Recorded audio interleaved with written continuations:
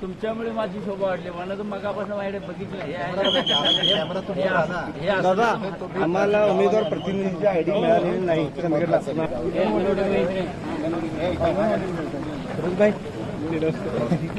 त्या दुसऱ्या रूम मधला बोलण्यासाठी स्वतः नंदाताई कुपेकर आता आमच्या सोबत आहेत. ताई नमस्कार.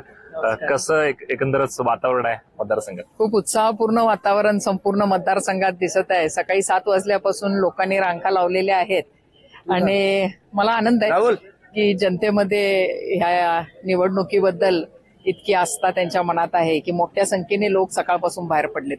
एकंदरच चंदगडमध्ये सकाळपासून तुम्ही फिरताय, कसा उत्साह आहे युवा मतदार? युवा मतदारांच्यात आहे, महिलांच्यात आहे आणि त्याहीपेक्षा जास्त वयस्कर लोकांच्यातही दिसतोय.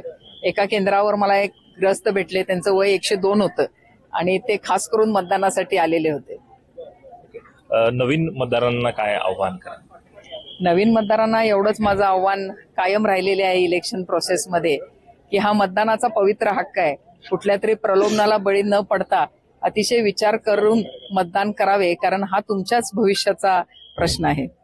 कार्यकर्त्यांचा उत्साह काय वाटतं तुमच्या? कारण रातभर पूर्ण मेहनत केली आहे, कसं काय प्लॅनिंग?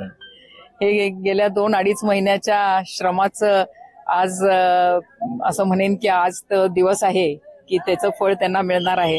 त्यामुळे कार्यकर्ते प्रचंड उत्साहाने जोमाने प्रत्येक बूथवर काम करताना दिसतात आहे, मतदार आणत आहेत आणि आमच्या कार्यकर्त्यांच्या मनात नक्की विश्वास आहे की विजय आपलाच आहे. वरिष्ठ नेत्यांबद्दल काय सांगाल? कारण सातत्याने या महिन्याभर तुमच्या सोबत सगळेजण, कारण काल जयंत पाटील माझ्या उमेदवारीसाठी जयंत पाटील साहेब असतील, सुप्रियाताई असतील किंवा आदरणीय पवार साहेब असतील यांनी या मतदारसंघात विशेष लक्ष घातलं. सातत्याने मला मार्गदर्शन होतं ह्या पूर्ण 1.5 महिने. त्यांच्या मार्गदर्शनाखालीच ही सगळी निवडणूक यंत्रणा आम्ही राबवली आणि तुम्ही बघितलेलं आहे आशीर्वाद देण्यासाठी जयंत पाटील साहेब 3 वेळा आले ह्या मतदारसंघात आणि पवार साहेब 15 तारखेला येऊन गेले. अजूनही जे मतदार म्हणजे जे बाहेर पडले नाहीत त्यांना तुम्ही काय आव्हान कराल? मतदान सगळ्यांनी केलं पाहिजे. ही लोकशाही आहे, ही लोकशाही जिवंत ठेवायची असेल तर जास्तीत जास्त लोकांनी येऊन मतदान करणं गरजेचं आहे. नंदाताई, कॉन्फिडन्स वाटतं चेहऱ्यावर? 100%. या होत्या नंदाताई कुपेकर. त्यांनी सांगितलंय की अजूनही ज्यांनी मतदान केलं नाहीये त्यांनी बाहेर पडा, मतदान करा, मतदान चुकू नका असं आवाहन केलेलं आहे. निलेश मोरेसह विजय निंबाळकर, तरुण भारत न्यूज, चंदगड.